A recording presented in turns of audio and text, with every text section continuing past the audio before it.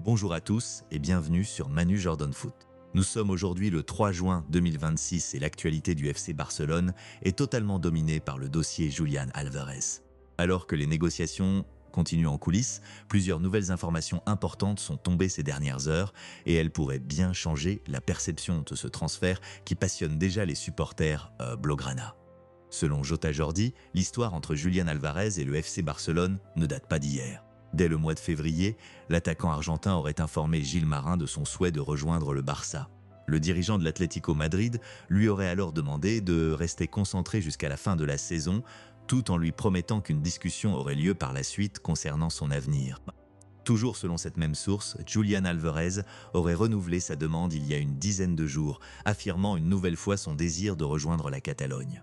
Aujourd'hui, le joueur resterait calme et ferait confiance aux engagements qui lui auraient été donnés par la direction madrilène. Cette information rejoint d'ailleurs ce qui a été révélé par TV3. Selon la chaîne catalane, Julián Álvarez aurait directement informé le FC Barcelone que l'Atlético lui avait promis de faciliter son départ après la saison. Les dirigeants madrilènes lui auraient demandé de terminer tranquillement l'exercice avant d'étudier sa situation. Si ces informations sont exactes, cela expliquerait pourquoi le Barça reste particulièrement serein malgré les déclarations publiques de l'Atlético Madrid. Toujours selon TV3, au sein du club catalan, on considère que l'opération Julián Álvarez est aujourd'hui plus que probable. Les dirigeants blaugrana estiment que les nombreuses déclarations de l'Atlético Madrid relèvent davantage d'une stratégie de communication destinée à rassurer les supporters qu'à refléter la réalité des négociations. Le Barça est convaincu que la priorité absolue de Julián Álvarez est de rejoindre le Camp Nou et qu'aucun autre club, que ce soit Arsenal, le Paris Saint-Germain ou une autre équipe européenne, n'est actuellement devant Barcelone dans l'esprit du joueur. L'information la plus importante de la journée est peut-être celle révélée par Gaston Edul.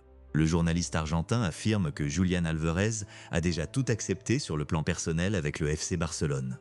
Si cette information se confirme, cela signifie que le principal obstacle n'est désormais plus le joueur, mais bien l'accord à trouver entre les deux clubs.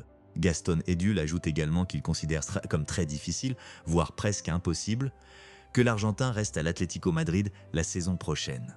Selon lui, les dirigeants madrilènes affichent une position très ferme publiquement, mais en interne beaucoup savent que la situation est beaucoup plus complexe. Ce qui est certain, c'est que Barcelone continue d'avancer sur ce dossier.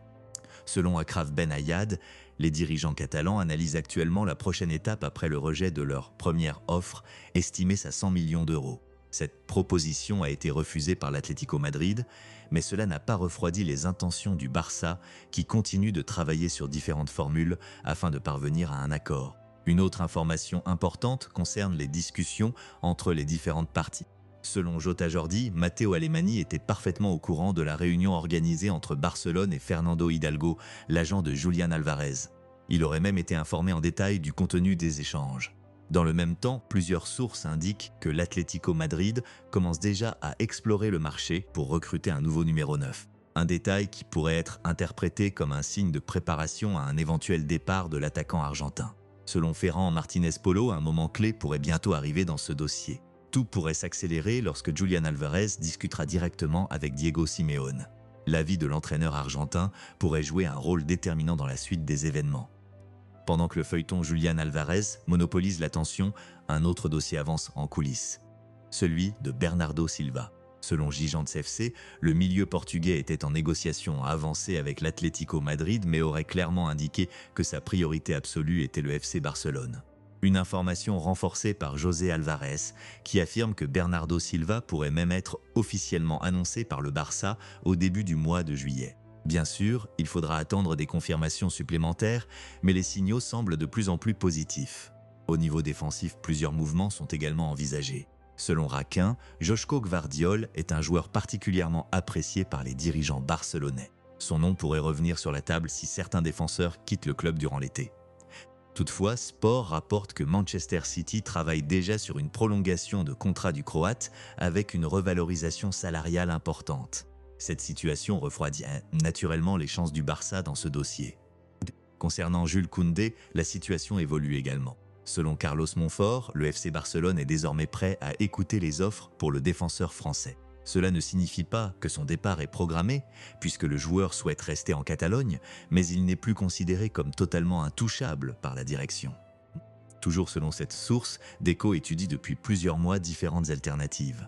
Le nom de Denzel Dumfries avait notamment été évoqué, même si les dernières informations de Fabrizio Romano indiquent que le Néerlandais se rapproche davantage du Real Madrid. Selon Catalunya Radio, la défense centrale du Barça pour la saison prochaine pourrait être composée de Pau Cubarsí, Gérard Martin, Ronald Araujo et Andreas Christensen. Eric Garcia, quant à lui, pourrait être utilisé davantage au poste d'arrière droit. Une autre surprise concerne Alejandro Balde. Selon Roger Salmuri, Barcelone pourrait envisager d'écouter certaines offres pour le latéral espagnol. Dans le même temps, Marc Cucurella est suivi avec attention. Mais le prix fixé par Chelsea risque de compliquer les choses. Selon Ben Jacobs, les Blues réclament environ 70 millions d'euros pour l'international espagnol, alors que l'Atlético Madrid lui-même ne souhaite pas dépasser les 50 millions. Sur le plan offensif, Sport révèle que Barcelone a bouclé l'arrivée d'Andy Gordon afin d'apporter une concurrence directe à Rafinha sur l'aile gauche. Hansi Flick et Deco considèrent que l'équipe a énormément souffert lors des périodes d'absence du Brésilien la saison dernière. Le profil de Gordon est donc vu comme une solution importante pour renforcer la profondeur de l'effectif. Du côté des finances, Gérard Romero rapporte que le départ éventuel de Marc-André Ter Stegen offrirait une marge considérable au club dans le cadre du fair play financier. Dans le même temps, le Barça réclamerait au minimum 20 millions d'euros pour céder Marc Casado. Concernant le Spotify Camp Nou, Mundo Deportivo indique que la capacité actuelle du stade est de 62 652 places. Le troisième niveau devrait progressivement rouvrir à partir de l'automne, avec l'objectif de retrouver la capacité complète de plus de 104 000 places d'ici avril 2027. Toujours selon Mundo Deportivo, le club communiquera dès la semaine prochaine tous les détails concernant la vente des billets et les abonnements pour la prochaine saison. Du côté de la Masia, plusieurs jeunes talents continuent d'attirer l'attention. Diego Kochen devrait partir en prêt afin d'obtenir davantage de temps de jeu. Selon Mundo Deportivo, le club danois de Lyngby est actuellement favori pour accueillir le gardien américain. Malgré ses nombreuses convocations par Hansi Flick cette saison, il n'a pas encore eu l'occasion de jouer avec l'équipe première. Le jeune Orián Goren continue lui aussi d'impressionner les dirigeants. Selon Sport, Barcelone le considère comme l'un des plus grands talents de sa génération. Le milieu de terrain né en 2009 pourrait rejoindre le Barça Athletic la saison prochaine et participer à la tournée estivale avec l'équipe première de Hansi Flick. Enfin, Mundo Deportivo rapporte que Marc Bernal ne souhaite entendre parler d'aucun départ. Malgré plusieurs offres reçues, le jeune milieu veut poursuivre son aventure au Barça. Le club partage cette vision et envisage même de lui proposer prochainement un contrat amélioré afin de réconcilier sa progression et son retour réussi après sa blessure.